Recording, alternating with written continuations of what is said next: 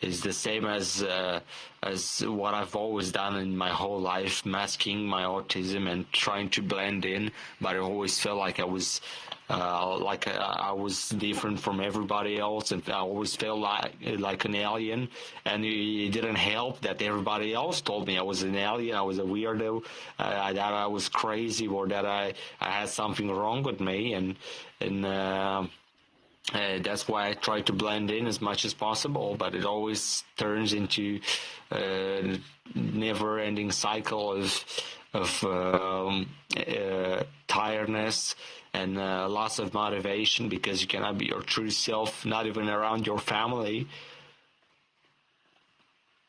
That sounds So exhausting. the Moth is my escapism. Yeah, was mostly my whole life.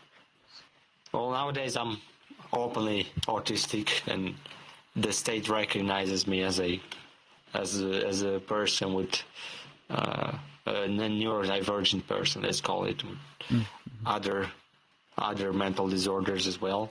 But that's the fact that I'm like that. It's also what helped me to be so passionate about my work and about what I create, about my poetry, and everything that's related to art. Mm. I mean, I can see how that can drive a passion, right? Like you have this thing that you love so much, and it's able to bring you all of these creative ideas. Indeed. That's amazing, dude. I'm actually really happy for you that you have this. Thank you. Um, I have the drive and the motivation to go forward as long as it's related to my passions. So you mentioned you have poetry. Would you? I'm actually really. Yeah. I would love to hear some if you're willing to share. Oh, I'm more than willing to share. I was wondering if you were gonna ask that. Yeah, I would like that. Of course. Yeah, I want to hear. Yeah, all right. Let's see. This one is one of my favorite ones. This one is called Road of Reason. On the road that I walk past the veil of illusion, I won't have to remind myself of the earthly confusion. Once unseen ghosts of the people that fought in the soulless battle against fake idols are now being revealed to me in this terrible crisis that I have to face to embrace my own madness. I won't deny myself anymore. I won't fear the change that will overcome it. This body made out of clay to rid myself of the chains that once bound me. The guide that I have is the smoke of the centuries-old fire that the elder had started. Faceless I walked, so many years of mistakes, wasted numbly stumbling around, trying to find it.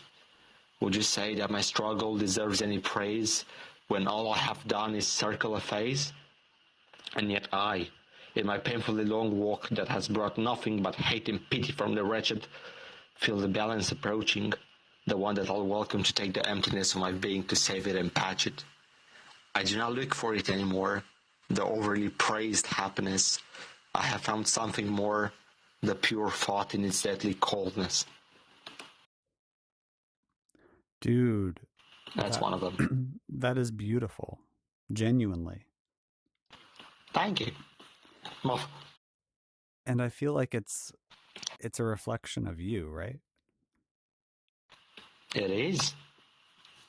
Have shorter ones. I also have some kind of dialogue poetry where it's me talking to myself in 3 different voices. That one's really interesting. Okay. And if you want, I can share some more poems. Yeah, go for it. All right, this is another one that I like, and then I'll read the one with the dialogue. So this one is called Wild Moon. The glowing moon of the ancient beings now flickers with fire, hiding powerful relics. The orange blaze from the sun it borrowed. It drank an angel's blood to veil itself in devilish colors. He who is furthest from it through walls can see it. The cold heat that shows roars for all to fear it. No matter the season, the wild moon glows. The creatures went mad, the wrath ever grows. Hiding in the caves won't save you, the stone turns to dust. When in the shaken vastness the monsters look for us. I have one last message for anyone that'll survive. I'm the one who wished for this, it was my fault all along. Again, beautiful. Thank you. Can you Try to explain that add in. one a little bit? It's an apocalyptic image that I had in mind of a red glowing moon, and it brought upon the world a crisis and monsters looking for people, and you could see the glowing moon even through the walls. You could not hide from anything and anyone, and it was all based on my wish of the world falling apart. Your wish of the world falling apart. Yeah. Fascinating. I mean, I think that reveals like some truth about you and about like how you see the world and how the world maybe has treated you too. I agree with that statement. Oh, I have this one that I really like, the dialect one. Go for it. Let's see if I can if I can say it the way I used to say it. This one's called Discord. Where have I gone? Where? Yes, indeed. Pay heed, dear moth, to your surroundings. Can't see a thing. Look closer. It's buzzing in my ear. This is the imagery of fear. If you listen to it enough, you'll visualize it as a moth. No, there is more. It's not just one. I'm sorry, I can't look at that. So many fly away in crowds. So beautiful, so many shapes. They all look like large open mouths. So blessed we are to get some rest. Don't force me, please. Tell it to stop. There's no returning once it sets up. Whose plan was it to bring it bring it back? None planned it. Happened out of luck. Yes, Moth, you shut up. Nothing good will come out of that. Nothing comes out, it all gets in. Oh, let it swallow you, let it win. And if I don't, and if I won't, we'll force you anyway. We'll do it both. Yes, Moth, I think there's nothing wrong. What really made you so convinced that once we're taken, we'll have peace? The Moths did, yes. They told us all about the paintings on the wall, about the locked room that you keep, and where to find the metal whip. There's no returning, Moth, you know it. In that case, at least, let me show it. The thing I hold behind the door before you push me to the floor. Right, yes, greatest idea. We'll drink to that before we go. As if I had any choice. I'll open it and we'll move on. That's where I hold my precious things, my memories of all there is. Why not invite the Moths inside? Let's open up their appetite. See, now we're thinking the same thing. So long it took you to hear the ring. We've worked so hard, now we're on the same page. Yes, Moth, let's open up the cage. Yes, bring the Moths, the dinner starts. Watch them eat, we'll get to laugh. Yes, the best cure I wanted now. Take me away, you blessed one. Take me to see the other side. I want to feel the cold inside. And here the last part, they all say in union, the madness, let it swallow us. Wow. I like that. So is that like, Thank you. do you feel like that's different parts of you that are all kind of competing and talking? Oh yeah, I'm constantly talking to myself as if I'm three people at the same time, and I'm usually having contradictory ideas about everything, and I'm trying to reason with myself. And trying to reason with myself is easier when I pretend to be a different person. So I pretend to have a different side of me that's trying to say the right thing, while the other one is trying to act upon its pride and its wrath. So there's the pride and the wrath one. There's the one that's trying to do the right thing. And then what was the third? Well, I'm not adding certain characteristics to them. It's just the image of three beings that constantly change between personality. I see. I see. That sounds like a really effective way, though, to maybe look at different ideas.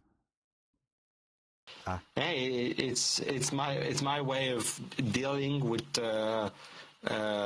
uncertainty and with contradictory feelings by assigning them to different people that I talk to, and I try to reason with myself as if I'm multiple people.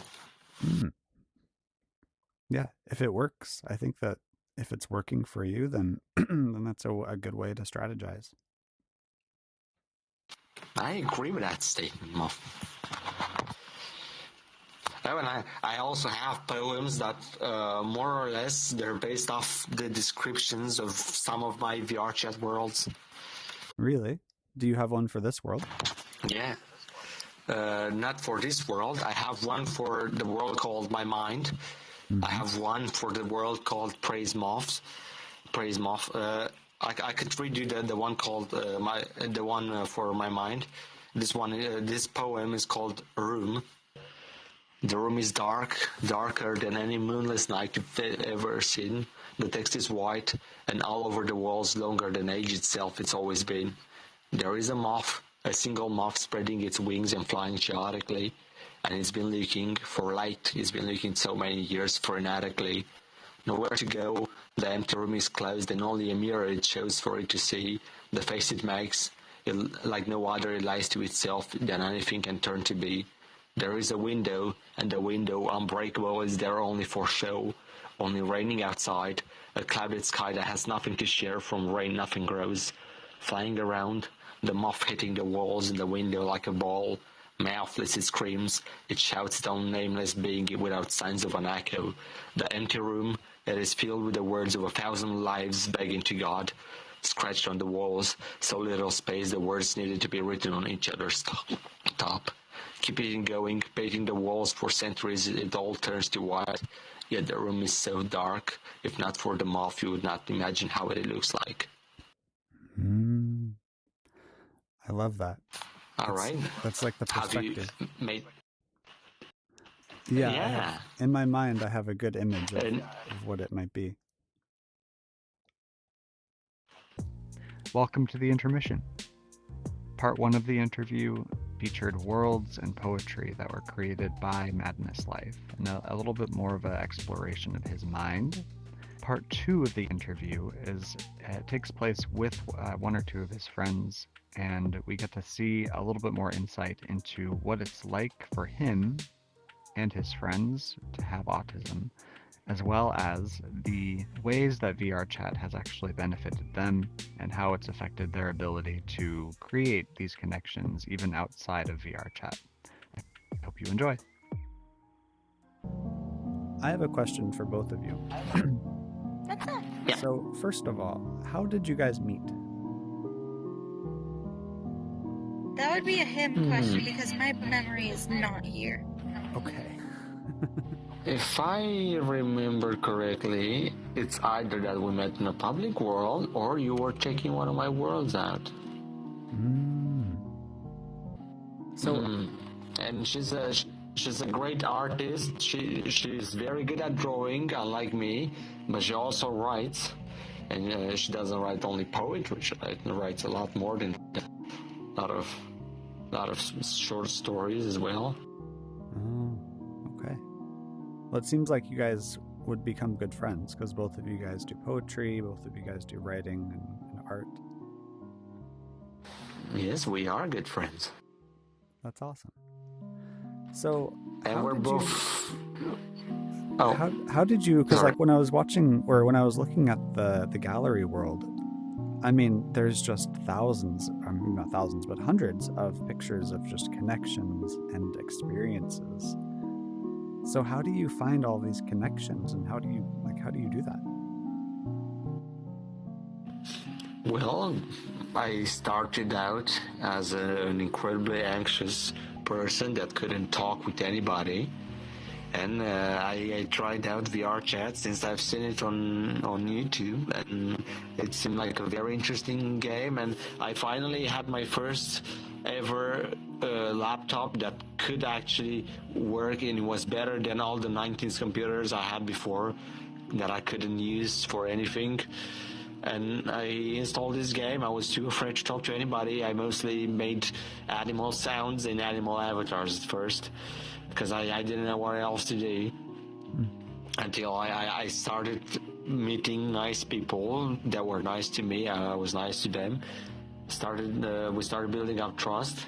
Then I had my first friend group, my first online friend group, and that's where I've learned how true friendship is like. And even though the first online friend group disbanded, we still have our Discord server on which most of them they're still there, they're still contactable. And I don't know how it was for them. They probably had many other groups before there. It wasn't something special, but for me it was something special. We would meet every day or every night, and we would play together. We would share memories. I would constantly spam the screenshot button to the point that now I have more than 2,000 pictures in my computer, all from VR chat. Wow. All the way from when I started playing, and then I started making worlds. Then besides the interactions I made in public worlds and between friends, now I had fans and people that would friend me because of the worlds that I made. And I ended up to the point where now I have over 1,100 friends on VR chat. Wow. But mostly they're fans. And at some point these worlds were, especially the nostalgic dream one, especially this one, were in the general popular section on VR chat. And there were people constantly in these public worlds. Now it's there's less people, there's not as many people online. Thing is, I got banned at some point, and all of my worlds were set to private, and before I was able to weekly add them back up and then create more, people started unfavoriting that gray world that they didn't know anything about, because once a world goes private, you don't remember, it doesn't show you what world it was. So I lost a bunch of favorites and a bunch of popularity to that, and then I built it all up again with a lot more world building. Somebody's made a VR chat group, but we made a weird setting where people have to be accepted in the group. So that's weird, and it doesn't have the ability to send invites to people, which is weird. Otherwise, I would have made that group popular in an instant by sending the group invite to all the 1,000 people I friended. But and that's another thing. Yeah. I've also made a website that's linked to my bio, which talks about what I do and has links to all these worlds. So what was it like going from being a little bit lonely and then now suddenly having 1,000 friends on VR chat? Well, first of all, being a bit lonely is an understatement. I was isolated for years at a time, just in my room, and then I still do that. And it was my safe space in which I was finally able to express myself, and people were acknowledging me. But at the same time, I still needed a lot of I was out of touch with reality. So now that I'm in college, now I'm experiencing actual society, and I'm trying to gain what I lost all these years of isolation. trying to learn how to function in society. And Morgan over here would agree with me that it's hard as an autistic person to function in society very well. Oh, definitely. Because we're both autistic. I see. Madness, tell him about the time when I literally predicted your entire life, basically.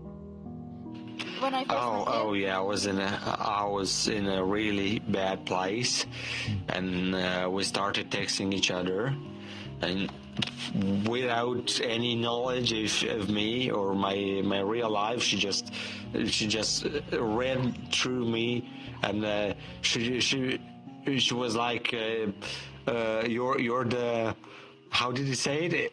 You're the burned out gifted kid. That's how she called me. It was true. It was exactly that. And she just read through all my struggles I went through, and she has a great perception of how things, how the mental life, how the mental world works, and she's very empathetic.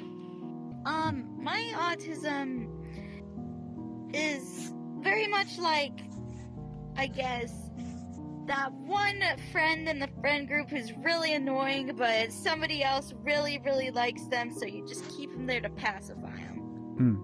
Right?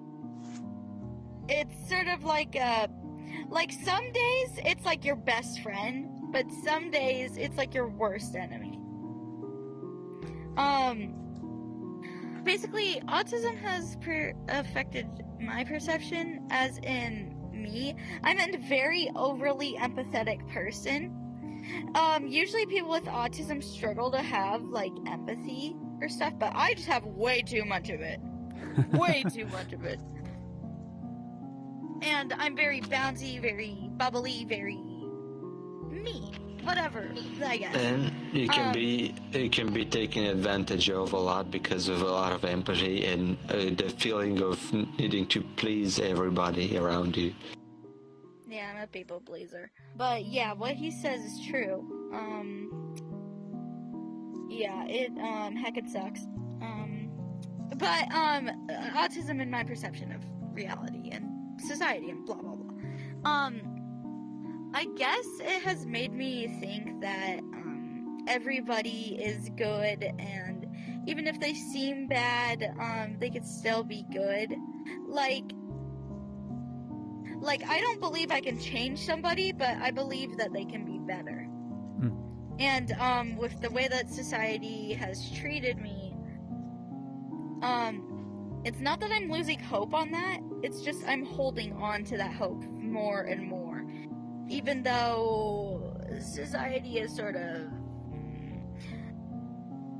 I don't know how else to say this, so I'm just gonna say it. It's sort of shit. Yeah.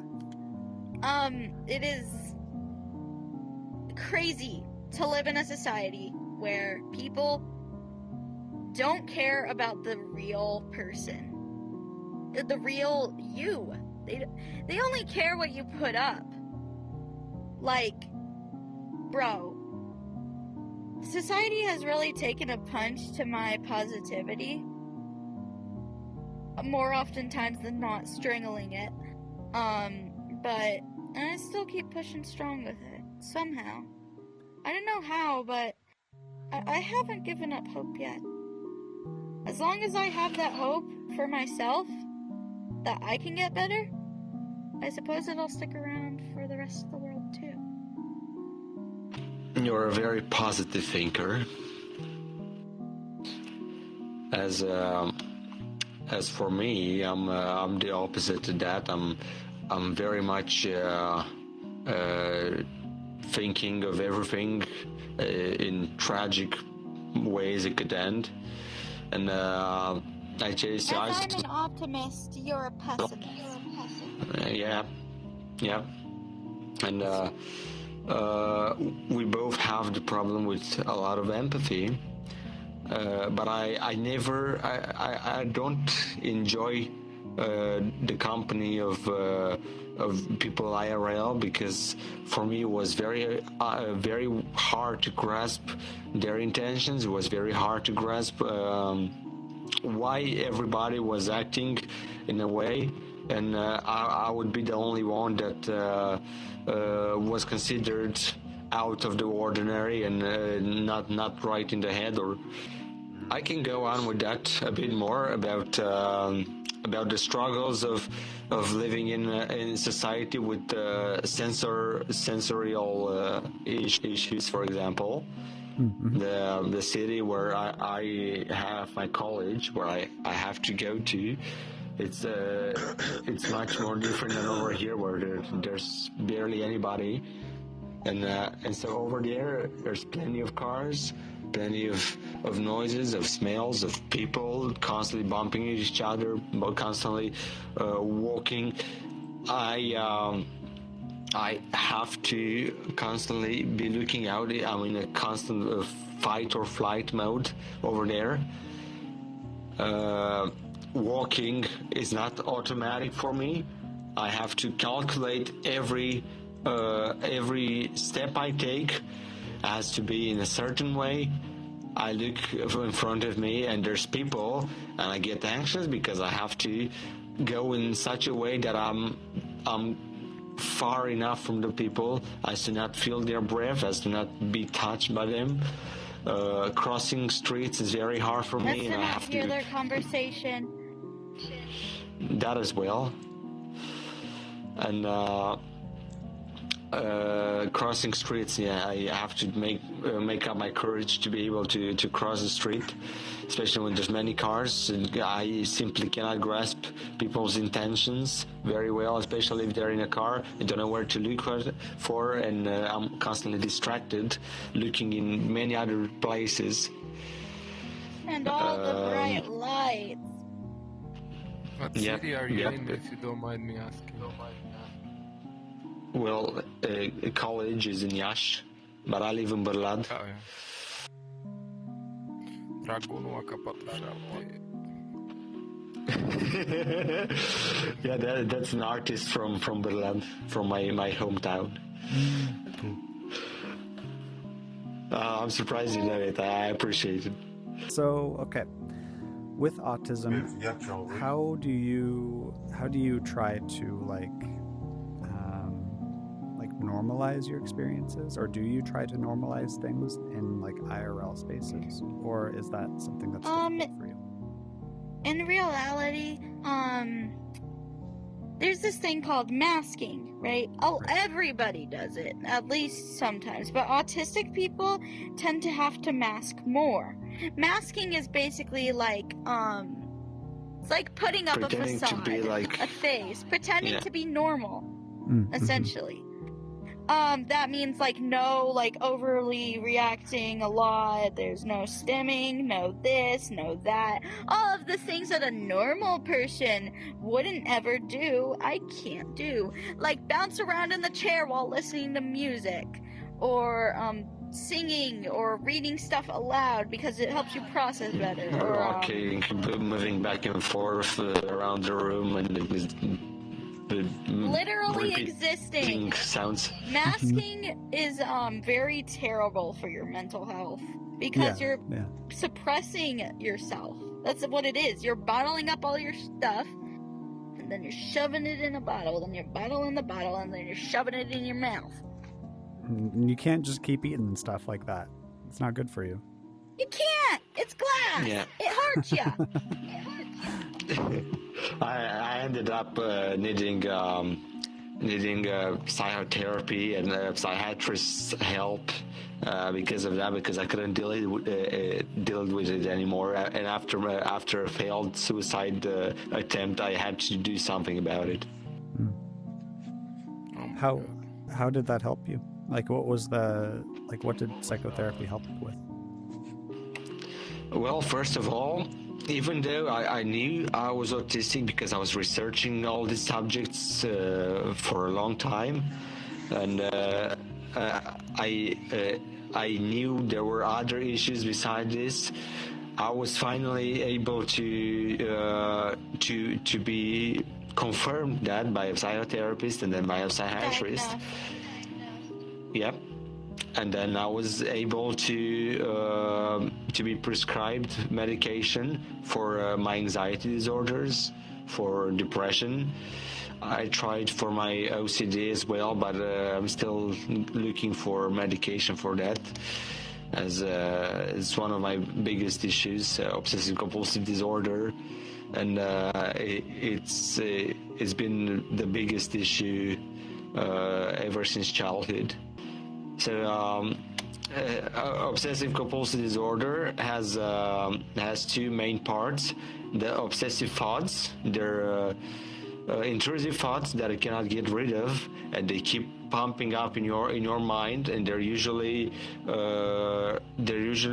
things that you don't like, and that seem like terrible thoughts, sinful thoughts, like sexual thoughts, blasphemous thoughts if you're religious.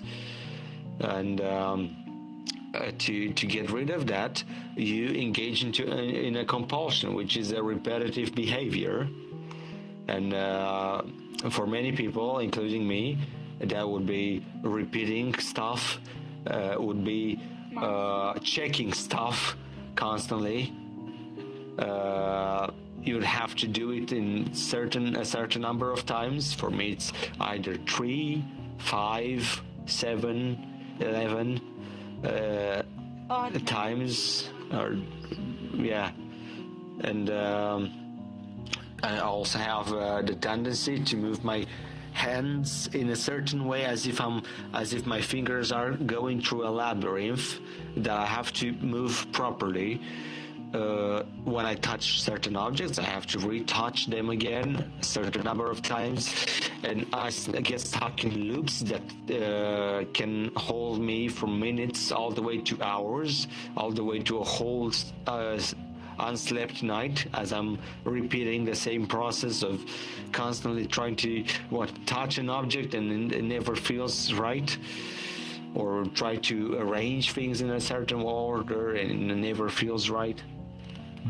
And so you get stuck in terrible loops, and they're not giving me any satisfaction. They're making me more anxious because it never feels right, but I just cannot stop doing it. The same with circling around stuff, or circling with my eyes. I do with my eyes as well. As for repeating certain words, it's not always about OCD. Sometimes it's just the fact that I'm autistic and I like repeating words. It actually gives me. That is very true. It does give me satisfaction when I repeat certain words. That's why I do it. Yeah, in certain ways, like the way that some people say certain words, you just gotta repeat it for yourself, and then it's just like, ooh. It feels interesting. Is there an example? Can I hear an example of something like that? I find, like, I heard somebody say, oh, there's a clock on the wall. And I hyperfixate on the word clock. Oh, there's a clock on the wall. There's a clock on the there's a clock on the wall. That is satisfying. Clock on the wall. And maybe certain sounds that sound interesting to you. Let's say disco lights. Yeah, disco lights. Yeah, disco lights. Disco lights. Disco lights. It just keeps going. There, it just keeps going. Yeah, Just what it is. stimming is certain actions that you repeat as to suit yourself, and it's more prominent for autistic people. And as for, even if neurotypicals do it as well, like say you're playing with your hair, clicking a pen, or shaking your leg. Everybody For autistic. for autistic people, it's more prominent, and we do more stuff like rocking or swinging. I like to swing my head a lot, like this. I when I get overwhelmed, I have to do this a lot. While also rocking back and forth. And on my chair, if I was on VR, I would be rocking as constantly as Sweet does as well. I do that. I'm on a yoga ball. Another thing that I do is like whenever I'm listening to like a music that like I really like, since I'm on VR, I can example this. So I basically do this. And it's like, shake hands. It makes me dizzy, but it's like a good dizzy. You understand? It's like the pressure, the sensation, the whoa. It's creating a whole experience in your head there. Yeah. And It's like I have being my on moments homemade where drugs. Oh my god! Did I just say? You did. And I have, at least for some people, including me, there's moments where I get really into it to the point where I forget to respond, and if there's a bright light, I would close my eyes, I would put music in, and I would start stimming very much, and probably repeating words in my mind, and I would forget that I'm even real, or what she said about me hitting a mirror and repeating the word moth. That was just me stimming, and I tend to do that for prolonged periods of time in real life as well. I sit in front of my mirror and I just repeat the word moth because I really like how it sounds. I got very, very concerned because you weren't like responding and that stuff. But I was just like, wait a second, this is probably something that he needs to do, so I'm gonna let him do it. And so I did. What is there anything that causes you to need to do stimming more than other times? We do it to suit ourselves. We're doing when we're excited. We're doing where we're very anxious and stressed. We're doing it to focus better on stuff. Like sometimes it's for some people it's easier to just shake a book if they're reading it and they wouldn't even know they're shaking it. Or I'm really excited about something and I'm starting to shake my hands really fast. Or right now, as I'm into this conversation, I'm really rocking my chair.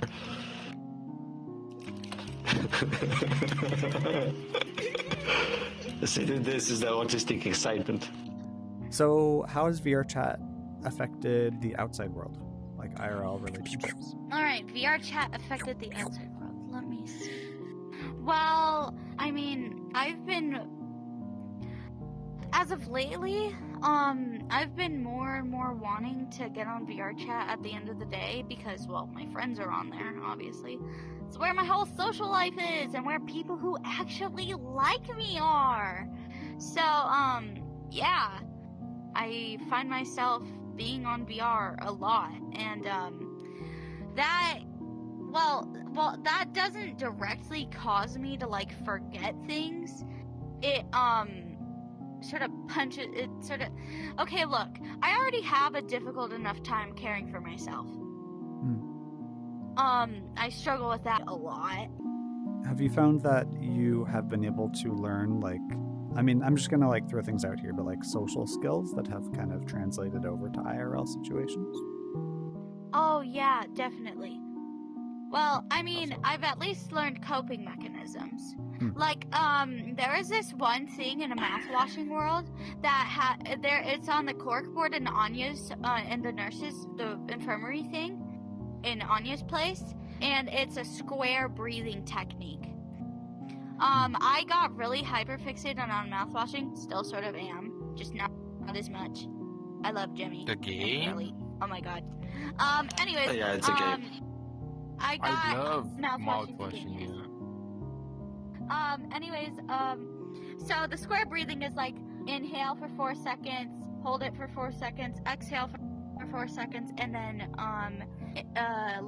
hold for 4 seconds. I find myself not being able to hold on the exhale for 4 seconds, so I think I'm just gonna turn the square into a rectangle. Whatever works. Yeah, because I am very bad at breathing. 'Cause smoking other people. Secondhand smoking. As for me, I already told you how it affected me and how I've learned how to communicate with people thanks to VR chat. Yeah, you mentioned that you've been able to kind of make more connections because you've been able to practice here.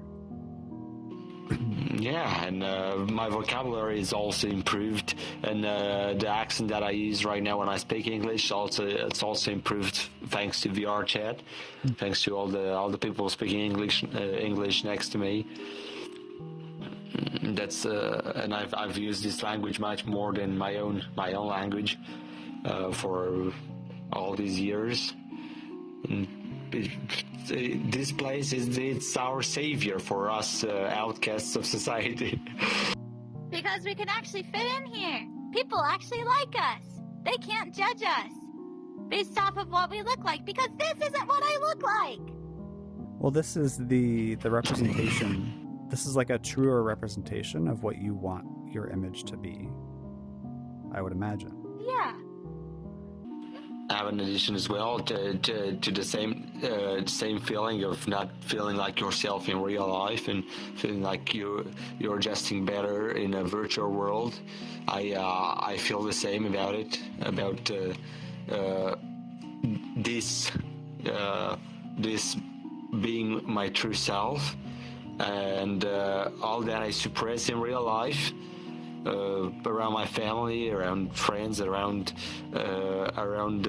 everybody in society. Over here, I can just let it be, and I can just act as the whimsical Moth King with a bunch of symbolic elements added into it, just the way my thoughts work. Mm-hmm. It's a more true representation of yourself here.